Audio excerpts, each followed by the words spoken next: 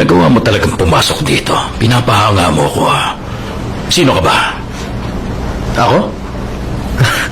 Ako yung nagagalit kapag may nanlalamang sa mga bata. Wala akong trabaho eh. Wala kang trabaho? Sino ka talaga? Ikaw ba nagnakaw ng cash cards ko? Ano? Anong cash cards? At kailan naging sa'yo ang tax na ibinabayad ng tao? Hindi ba malino na pagnanakaw yun? Pagnanakaw? Ako magnanakaw? Huh. Para ba sa mahihirap yun? Bakit ipambubuhay yun sa mga batang ni hindi man lang pinakikialaman ng mga magulang nila? Wala naman silang pakinabang eh. Kaya ako na lang ang gagamit noon. Kesa naman pakinabangan pa ng iba ang pera ng bayan. Dahil alam ko, mas magkakaroon pa ng saysay ang perang yun kung sa bulsa ko mapupunta. Oras na para masuklian ang hirap ng totoong nagsisilbi sa mamamayan at sa bansang ito. Totoong nagsisilbi? Nasa posisyon ka lang kaya mo nakukuha pero wala akong nagagawa.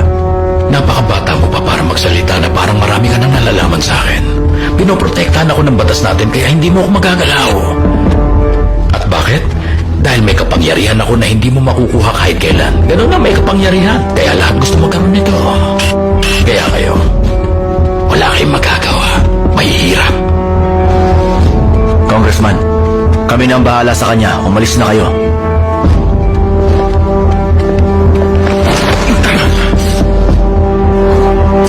Okay lang ba kayo dyan?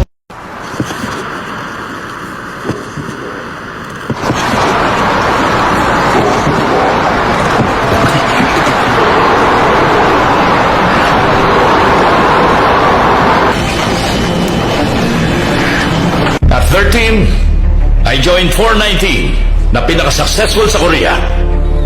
Alam ko, matapos yun, nakita natin ang demokrasya. Wala naman silang pakinabang eh. Kaya ako na lang ang gagamit noon. Kesa naman pakinabangan pa ng iba ang pera ng bayan. Dahil alam ko, mas magkakaroon pa ng saysay ang perang yun kung sa bulsa ko mapupunta. Oras na para masuklian ng hirap ng totoong nagsisilbi sa mamamayan at sa bansang ito. Ano raw? Ano yan? Protektahan ako ng batas kaya hindi mo ako magagawa. Patayin niyo! At bakit?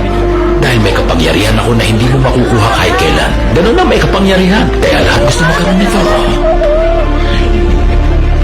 Kaya kayo, wala kayong magagawa. Mahihirap.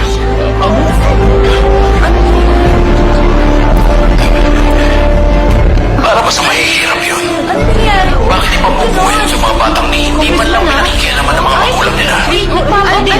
Wala naman silang pakinabang eh. Oy, guys! Kaya ako na lang ang gagamit ng kesa naman makinabangan pa ng iba pera ng bayan. Dahil alam ko, mas magkakaroon pa ng saysay ang perang yun kung sa bulsa ko mapupunta. Oras na para masuklian ang hirap na totoong nagsisilbi sa mamamayan at sa bansang ito. Hello, Billy. Umamin na si Congressman Lee.